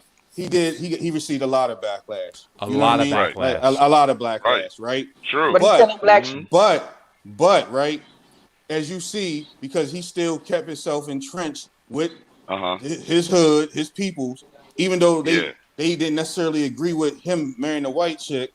He still was getting the roles, and he still was hanging and banging with people like his homies. He still had regular homies. That's because he did it right, though. No. Hold on. Because y'all making that too easy. But you're making that too easy. It's not that Amari it's too Hardwick. easy, but because Amari Hardwick hit a lot of boundaries and challenges going into that, and a lot of it did have something to do with that.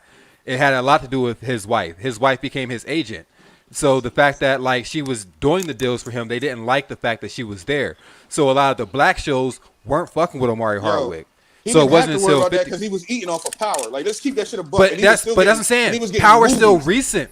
Power's recent. He wasn't getting movies before. Yo, read my article on Suave. All right, yeah, that was a shameless plug. That was a shameless plug. But it don't matter, Shot, because and we're talking about the point once he became Amari Hardwick. Once he blew up on season 1 of Power, and the women and hold up, let me say this. Once he got the notoriety, and they kept seeing him take his shirt off, and the women went straight into, oh my God, he's sexy. When they saw his they say, oh man, he got a white wife. We didn't care because dudes like, yo, he's killing Power, so we on that. He was in all types of movies with Tiffany Haddish, all types of Armies of the Dead. So, like, he started eating now, regardless. But here's the thing. You're starting at Power. You're starting at Power. That's 15 years into his career.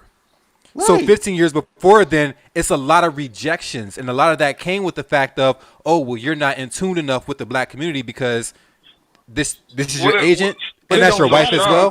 There's a lot of people that the Bull saying. Hold up. Exactly, because that's what happened.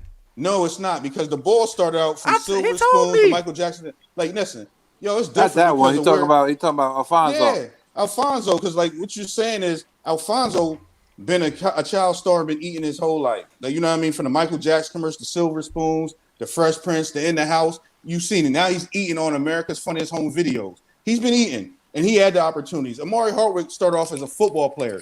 Like, let's get that shit technical. Like, you know what I mean? Alfonso Ribeiro started off as a child star. So you come from football, also, they're going to also be like, oh, I'm a little skeptical about a football player wanting to be a great actor. Like, come on, man. There's that wasn't why. Part of it.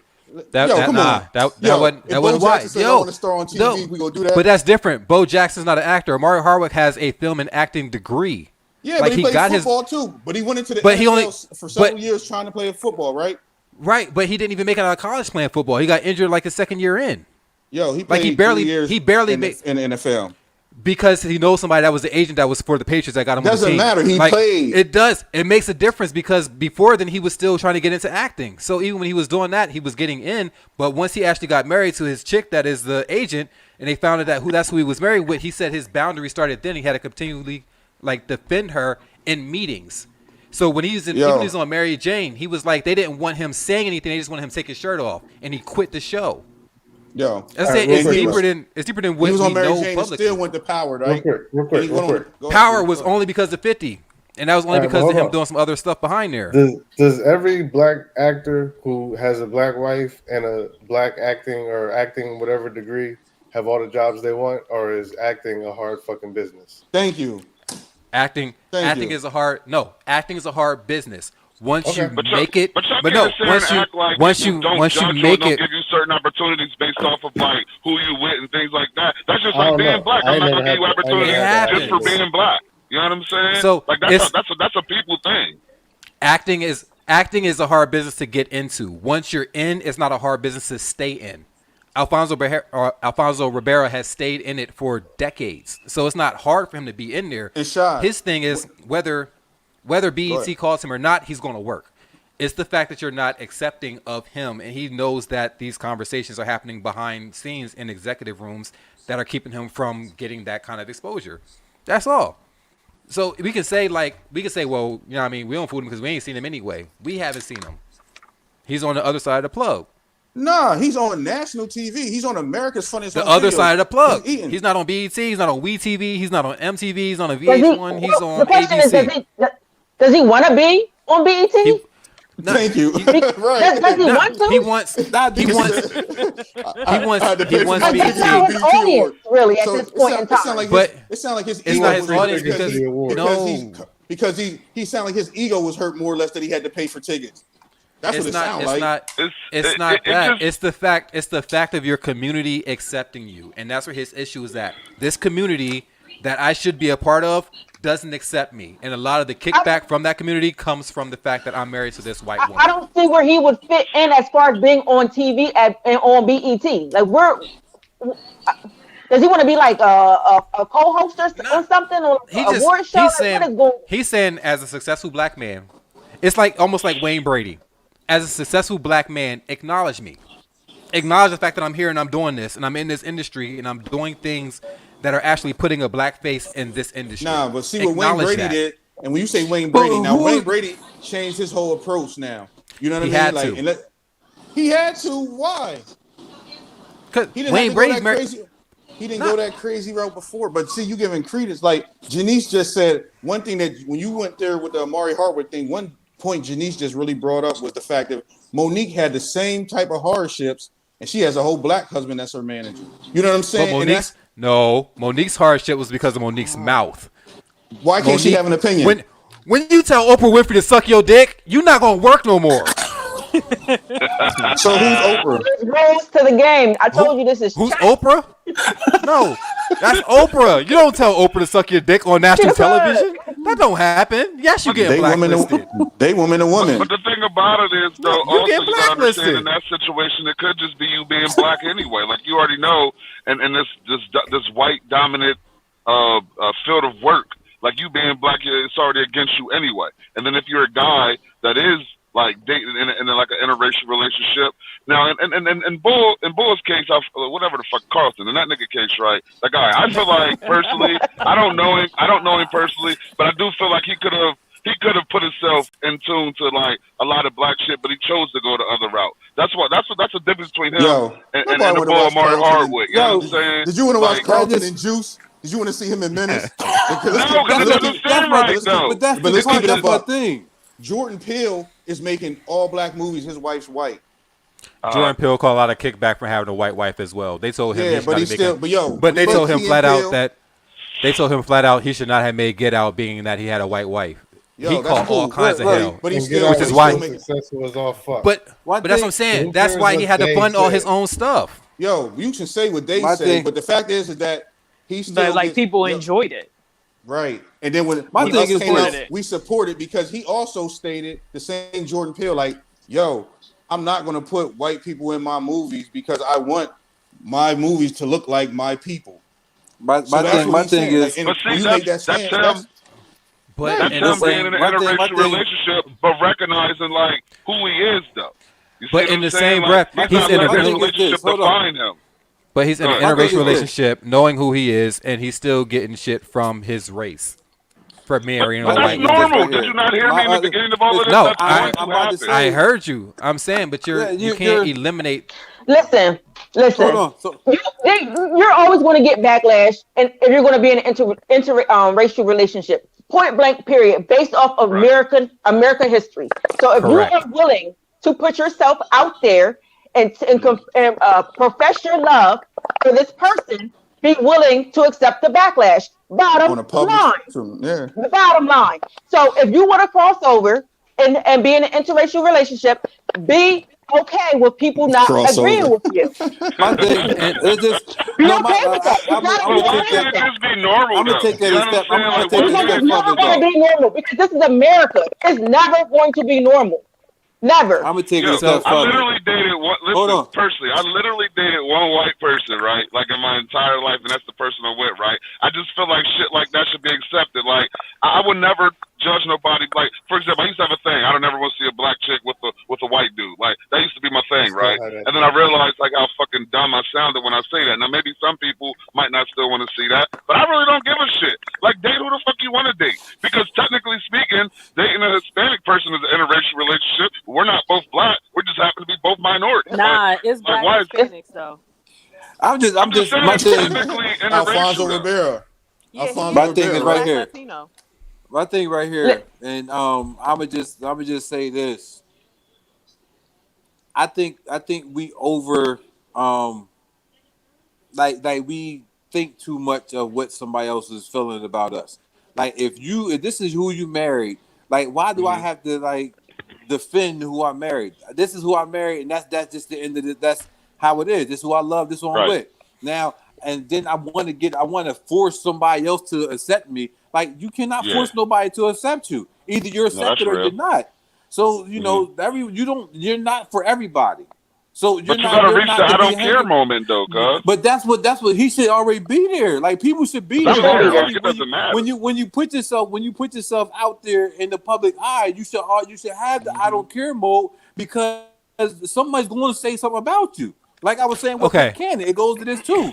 Somebody is going to say something about you no matter what. So you have to be comfortable within the roles that you decided to take all these years you enacting. Okay. You went this way in acting to make the money then.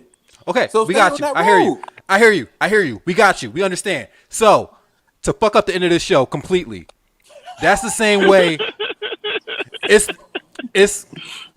like saying I should be accepted in this community regardless of what I do because of my talent. Correct? Yeah, that's what he's trying to say. Hold up. That's why I feel like he's trying to say.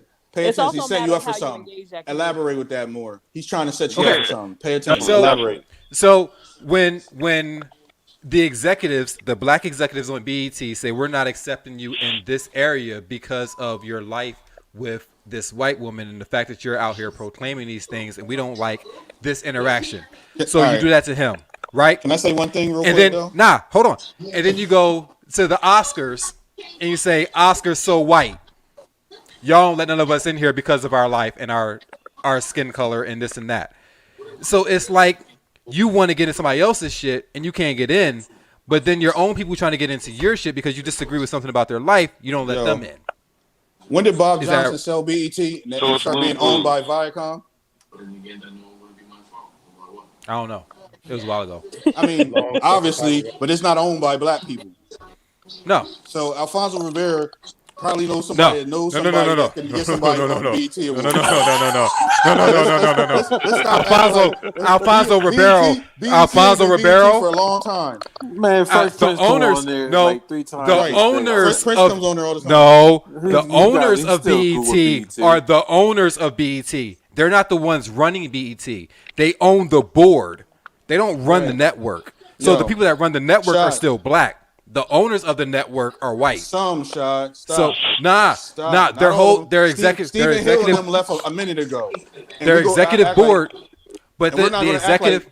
VH1, MTV, and BET don't have the same program interchanged. You'll watch the show on Tuesday on BET, watch it on VH1 on Friday, but he can get on the BET. He just saw because he thought he had higher that's like saying that's like saying Steve Jobs, when at his role, would actually go and make the phone. You don't make the phone. You just tell them what you want done. So this is what I want done. Go do that. Alfonso Ribeiro's reach does not go to the owners of Viacom. That's not fucking happening. You can be cool. You not that goddamn cool. You can get into the BET exec board. And that's what we said. That's why you got to pay for his ticket. But the exec board, the exec board is black. If you want to go to the show, just pay for the ticket. That's it. But that's what he's saying. He's saying nobody else with the notoriety that he's had for his career has to pay for their ticket to come there. What notoriety? But he's never been honored at the BET Awards. What notoriety, Shad? There's plenty of he's as iconic as Thelma from Good Times. He's as, like, you know what I'm saying? Like, he's a Steve Urkel is more iconic than Carlton. No. So Steve Urkel's been on the BET Awards and gotten awards. Jaleel White is still black. Okay. And he hangs with Thelma from Good Times has been on the BET Awards and been honored on the BET Awards. Right. You see that? She was on Michael.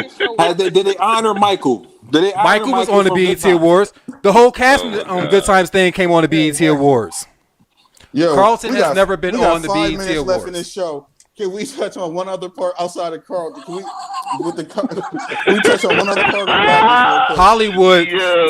Hollywood executive boards and corporate rooms Yo, are Sean ain't horrible. leaving this alone. Yo. I'm just saying. Before we move on, there's a lot behind that. But it's like that. Sean's not leaving. All I'm saying is it's like that for everybody. It's just not. It's just not him. Everyone's getting the same thing.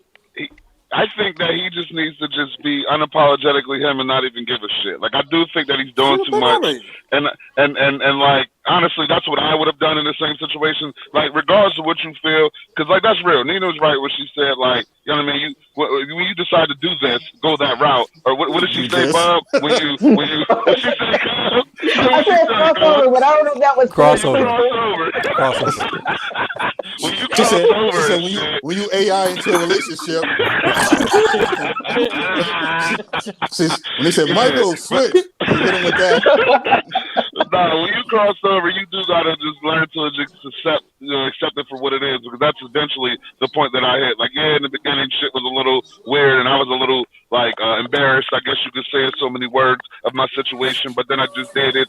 Whatever. Who gives a shit? Point. And he needs to just do that. Like, who gives a fuck? Like y'all said, he's been who he's been for years now. So you can't just now want to be like, now I want to be in Juice, cuz I want to be in Juice 3. Like, you can't do that now. You know what I'm So saying? Like, here's the fucked up part, and it's kind of cryptic to say this.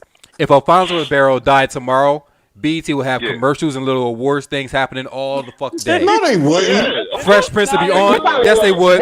They would have. It would be Alfonso Ribeiro commercials going in. It'd be Alfonso Ribeiro everything. They'll have a whole tribute to him at the BET Awards. Everything. They would not. If he died, yes, they would. Yes, they would. let's go to the next situation, cuz. Let's go to the next guarantee situation, it. cuz. You know what? We'll wait. Give it a couple years. No, I'm gonna tell you this because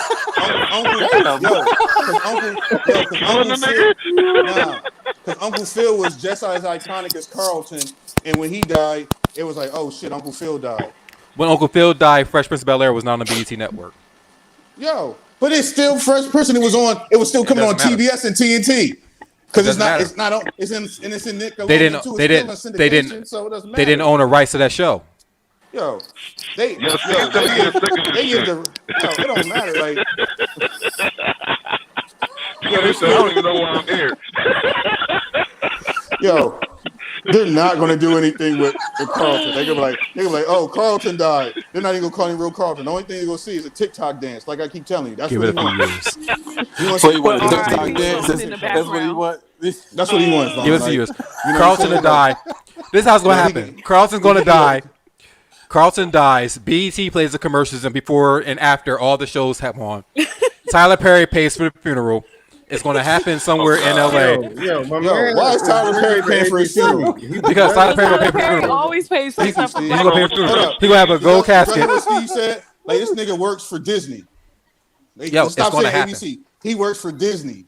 His pockets is deep. He's doing all right. He's the host of America's Funniest Home Video. Been on since the 80s. I think that's Come the on, thing. man. You're looking at the money. He wants the recognition. Realistically. He wants the recognition. Hold on, It's not the money. It's the recognition. He just. I didn't say nothing profound. He just wanted to be recognized. It's recognition. It's not the money. I'm still here, guys. He wanted to be recognized. I promise you, he probably has a whole lot more money than. Sometimes people just want somebody to say, "Yo, my man, you're nice." That's what he's looking for somebody to say. Yo, you are nice. You was that dude, and you still that. And that's what he's looking for somebody to say. But nobody's saying it. No, you know what he's saying is nice? Because that's what it is. It's the cast of Love and Hip Hop. That's it. Was like, yo, y'all dope. We like y'all. What? The cast of Love and Hip Hop. They like, yo, y'all are great fucking actors. We love y'all. Before we cut out. But I have a question real quick. So all of the all of the black people who are black. People. we say black over here. We know you're used to being at work. We say black on a podcast. I refer to myself as a black at work, but then when I'm in a meeting, I'm like, African American. Anyway, so these individuals that are on TV, have they all been recognized by BET? The ones that are mainstream, like Steve Harvey, Wayne Brady. Who else is like on Shut that's up, black no. people on You mainstream asking him TV? Here's the questions that he thing: about to make up an when answer to. any of them died, they did put a silhouette up. No, So I'm like, asking like have they currently been recognized by BET? Because Alfonso need to sit down if they haven't. I mean, The Steve ones, Harvey always like- gonna have his a beat. Yeah. Like he Steve always Harvey- gonna have a spot. Steve at Harvey He had a gets whole notoriety. tribute. Yeah, They gave him a whole I tribute don't at know BET. about Wayne Brady. I feel like people. This is the thing. Wayne Brady's always been talented. I think because he was on Whose Line Is It Anyway? People were like, "What he doing on air?" Yeah, but He's like, mainstream. Yeah, but Wayne Brady's always been talented. Like when I discovered he can sing, I was like, "Oh, damn. Oh, all right." Like, and he did a stint in Hamilton. Like, he's genuinely talented. I think it just took people a while to get onto that just because of where he was. PJ listens to Wayne Brady's album on his way to work every morning. That's a little known fact. Like he writes out, he like the morning I wake up. like he sing on That's the only song that he ever sing. I save a little love for you. I'm about to go watch that right now. Yo, I'm about to watch that right now. Like, Yeah, but so we nah, acting like man, PJ really go to work. It's the crossover. No, right? That's the joke of the whole thing. That's the joke I was trying to figure out. But see, that's Work. the whole thing. Like On the way. Like at the I end think of the it's day, anything more or less along the lines of the recognition of black people who haven't crossed over to mainstream media. But that's what BET is for. Black people that ain't cross over to Um, mainstream media. Like they black famous. I'm like, what Yeah, is they what really is it? are. I'm not saying a They really crossover. are, I just think he seriously. got promoted. He got promoted to a better job. I can't say he crossed over. Carlton? Yeah. Nah, just he got a went. better No, job. he's in It's just mainstream more media. He's money. on ABC. It's like Whenever you go to a local channel, comedians and you going got to a show Saturday Night there? Live. They Yeah. didn't cross over. They he just never got crossed they over. just got a bigger He check. was on Silver Spoons, which came on NBC. Saturday Night Live He was cast on- is not making money. The only time hold on, They're not making money. He went from Silver Spoons on NBC to a Pepsi to Fresh commercial. Prince on NBC. He did do a stint in the hood when he did In the House on WB.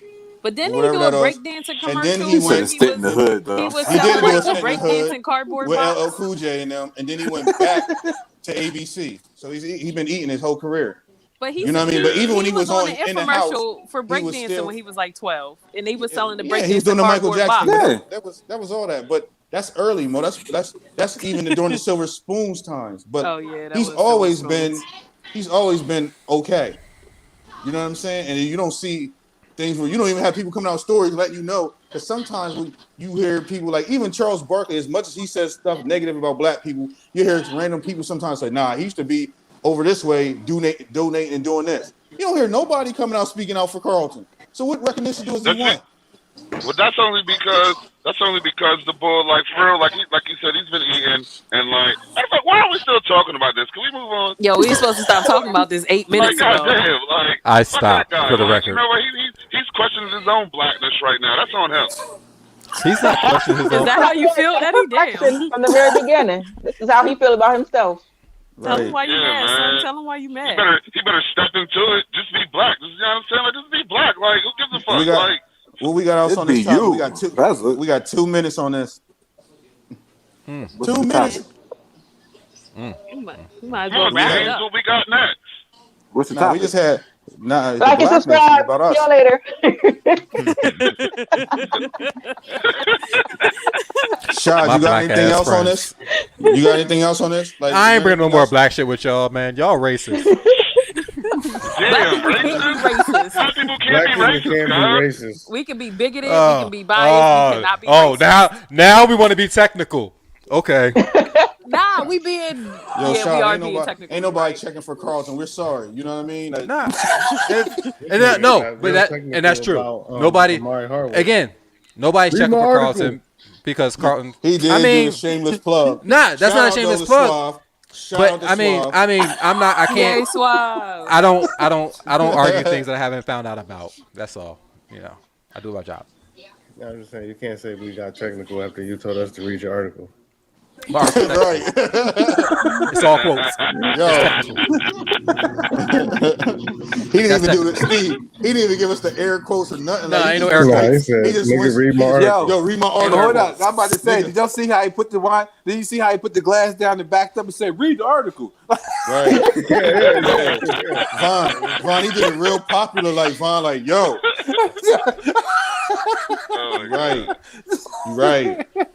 You right. I've done my homework. Nah, so I think the last prepared. always. Good. So I think one of the last things about you ain't black if is how you talk, dialect, and Lord Jesus. Me, Eddie, and Mo experienced this going to the same college, dealing with some Right. black folks at the amazing Johnson C. Smith University. Personally, why do you talk like that? I'm like, first of all, I code switch, and I will never forget someone saying it to me because I was speaking to the band director, and I was always also taught too that when you're speaking to someone in a position of like leadership or authority, yeah, I'm not gonna be like, yo, what up, my nigga? Like, I'm not gonna talk to him the way I would just talk to Duncan. Not to Duncan. No, not Duncan. Even though Duncan called us niggas every day because he was always mad at us. Listen, Duncan was always calling us niggas when he was mad at us. But I was taught not to do that to him. Or like if I'm explaining something in detail, I code switch every day. I didn't realize I did it until I had a Chinese coworker that was like, I can tell when you're talking to a black person. I was like, what do you mean? Oh shit! I thought She was like, nah, because she was like, everything changes about how you speak. And I was Man, like, my son says that about me. Yeah, I know when you're talking to Bob versus when you're talking to a coworker. But that's how we've all heard the Eddie voice. Hey Ed.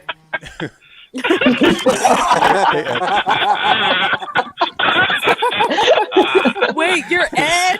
Bitch, when Ed comes out, it's a wrap. Yo, that definitely sounds like a dude that's my guy. My driver manager, when my driver manager calls me, people like, "Hey Ed, bud, when do you think you're gonna deliver that load?" I'll be like, "Listen, I don't even know right now. Like we're looking at it roughly about like." Yo, that definitely sounds like you be scolded, yo. And he's like, my guy. I don't know, my guy. I'll get there in about, let's say about an hour or so. I guess we can get over there. Roughly about 15, 20 minutes. Sound good to you? Great. All right, Ed. All right, Rob. You have a good day. All right, bud. Talk to you later. That guy, that fucking guy, he's great. I will say some of my talking too also comes from like y'all have heard my dad talk. My dad grew up in Allentown in the 50s and 60s. So also some of the way I talk is just from my dad and listening to him be all proper in certain situations. So that I don't know, but I don't think that's an indicator of blackness. Callaway has the smoothest educated cuss out you would ever catch in your life. It is amazing. He will cuss you out, make you feel bad about yourself all in the same time. You don't understand what he just says to you. You right. You're right. And give you a Bible verse with it too. Give you a Bible verse like some scholarly book. Like, I think he called me like an adolescent one time. I didn't know what the fuck he was talking about. I was like 14. I was working for your pops at Secco. Oh, at Secco. He was like, that's the problem with you lazy adolescents. I was like, fuck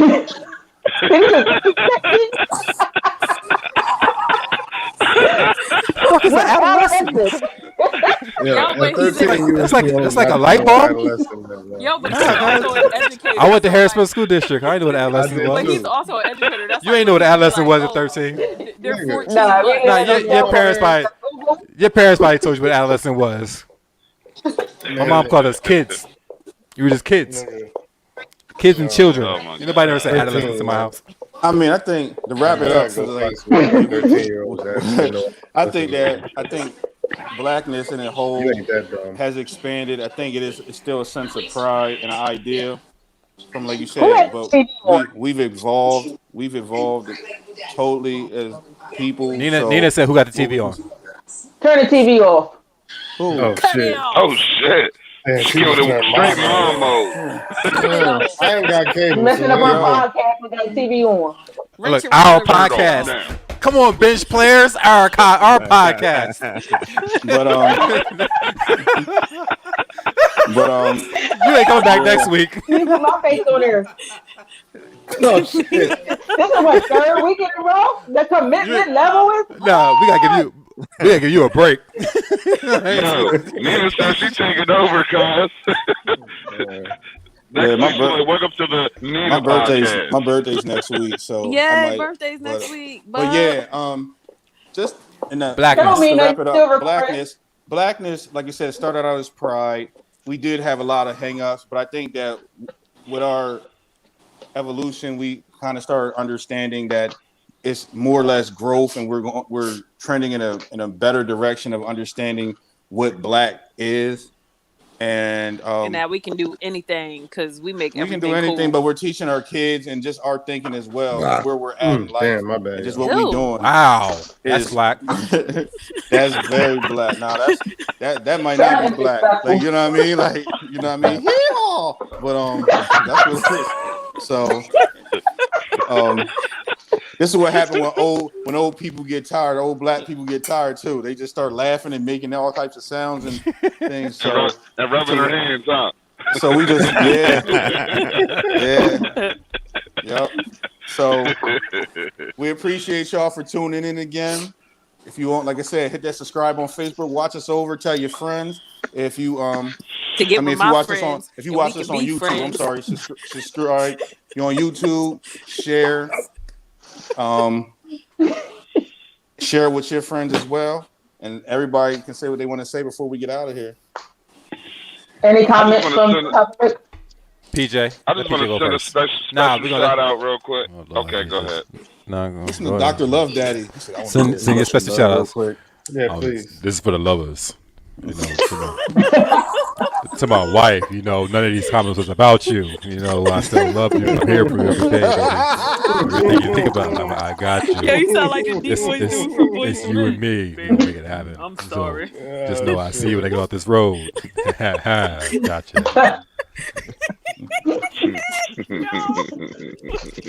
Go ahead, PJ. Go ahead, PJ. Nah, I think everybody. Please say the authentic. Just stay black. You know what I mean, and whatever that means. Look, whatever that. Cause that's what we talking. We talking about blackness, right? Stay black. Whatever that means to you, whatever your black experience is your experience. It's not going to be the same as the next man's or the next woman's. Your black is your black. It can't be the same as anybody else. So do the Carlton in your spare time. Yeah, you should have said it like a half. You should have said it like 45 minutes ago. You would have saved me a whole lot of the argument that I was fucking in right now. You let me argue for half an hour for no fucking reason. That's your perspective, PJ. Yeah. You could have said that 45 minutes ago. Not shy. We gotta let you vent sometimes, man. Nah, y'all let me take the heat for that one. That's fucked up. Everybody stay cool for this week, and see y'all when we come back. That had nothing to do with the show. Nina? Yeah, that's all I had to say. Oh, shit. I was going to just say, be comfortable with yourself and the decisions that you make, because ultimately they represent your blackness. Boom. Mic drop. Not boom.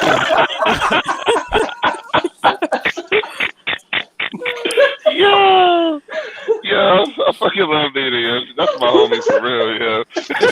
They should have never let her out. Should have never gave y'all niggas money. They should have never. Eddie, what you got? This is Dr. Love signing out.